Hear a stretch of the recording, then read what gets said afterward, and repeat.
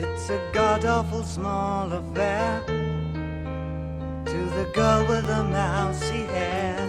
De nombreux hommages ont été rendus, sont actuellement rendus à la légende du rock David Bowie. Donc vous savez tout sur lui. Sauf que Alex Jaffray, compositeur lui-même, musicien, donc à 16 heures aussi, s'est dit non, mais je vais vous faire une petite leçon à ma manière sur mon clavier.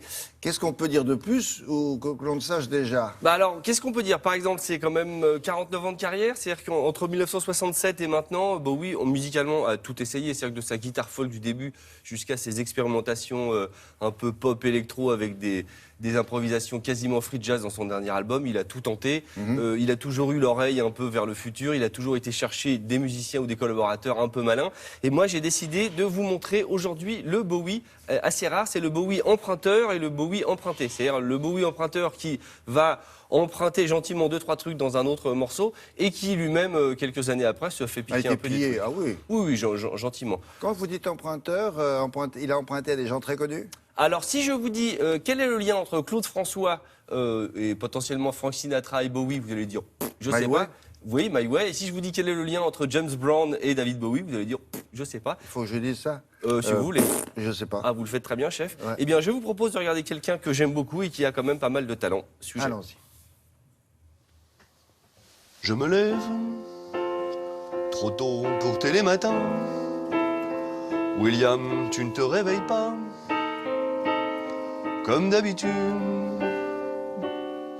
Alors vous allez dire, oui, il nous prépare une spéciale leçon David Bowie. David.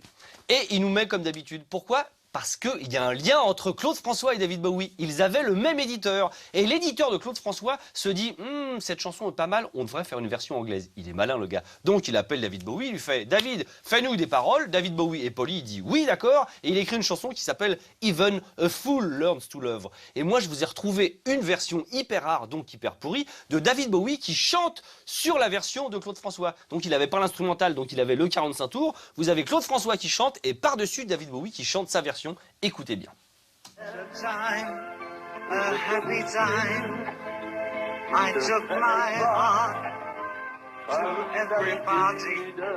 Et vous pensez que David Bowie en est resté là? Oh, c'est pas parce que sa version n'a pas été choisie de paroles qu'il n'a pas gardé un petit bout de comme d'habitude. Réécoutons d'ailleurs les accords de comme d'habitude. Todoli, todoli, dodi, todoli, dodi, todoli, dodum, tum.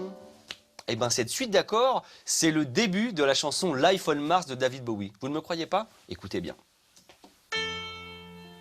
It's a god-awful small affair C'est la même chose. to the girl with the mousy hair. Et vous savez comment je le sais? Parce que sur la pochette de l'album Hunky Dory, David Bowie a dit « Inspiré par Frankie Sinatra ». Petit bond dans le temps, on arrive en 74 et David Bowie se dit « Je veux un album soul et funky ». Pour ce faire, il va chercher Carlos Alomar, un super guitariste qui a bossé avec Chuck Berry ou James Brown. Il va chercher également John Lennon. Eh ouais, côté David Bowie, ton pote c'est John Lennon, c'est comme ça. Et ils vont directement à Philadelphie. Pourquoi? Parce qu'à Philadelphie, on enregistre des chansons de funk et des chansons qui déboîtent comme celle-là.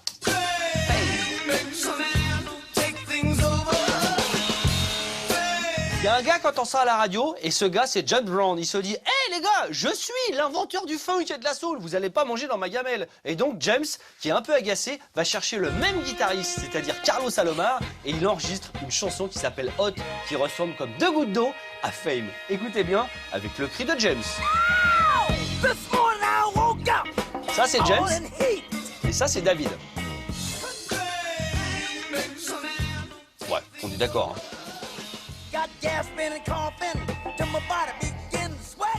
Allez, merci Monsieur Jones, à bientôt.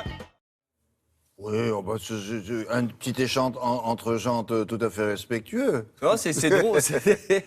Mais non, mais c'est le My Way qui est peut-être pour nous le plus surprenant. Life on Mars, c'est vrai que j'ai été surpris moi-même. Et c'est très drôle, c'est que Claude François Junior, le fils de Claude François, m'envoie un petit mail en me disant « Ah, mais tu connais cette anecdote ?» Et je lui dis « Mais incroyable, j'en parle ce matin à la télé. » Donc, tada, Claude, voilà, tout est fait. Vous savez combien d'albums il a vendu, David Bowie?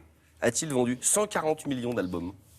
Mais c'est pas lui qui est en tête, hein? Non, c'est pas lui qui est en tête. Je crois que c'est un présentateur qui a chanté une chanson qui s'appelle Pac-Man et qui est en tête. Je suis en tête dans mon immeuble. Ah oui. Encore pas sûr. Non, sur votre palier, enfin chez vous. Voilà.